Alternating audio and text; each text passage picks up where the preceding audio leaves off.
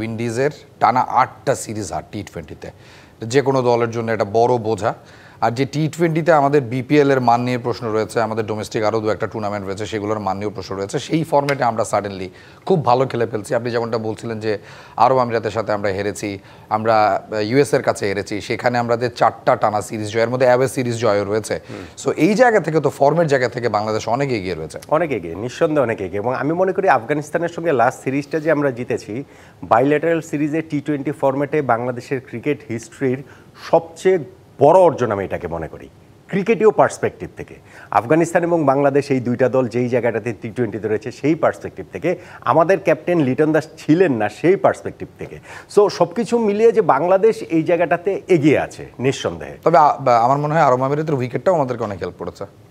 Obviously সেটা করেছে, কিন্তু সেটা হচ্ছে কি আফগানিস্তানের চেয়ে বেশি হেল্প করেনি, আফগানদের হেল্প করেছে তার চেয়েও বেশি। সো ওই ক্রেডিটটা বাংলাদেশে দিতে হবে। দেখেন, উইকেটের জিনিসটা ক্রিকেটে খুবই ট্রিকি এবং এইটা খুবই ইন্টারেস্টিং যে আপনারা এই ভিডিওতে যেমন আলোচনা তো করছিলেন যে উইকেট দেখছেন প্রতিপক্ষ বা নিজেদের দল গিয়েও দেখবেন। ক্রিকেট খেলাটার প্যাটার্নটাই এরকম, পৃথিবীর যেই দেশেই খেলাটা হোক মাঠের ওই 22 গজটাকে সবাই একটু আলাদা করেই দেখবেন।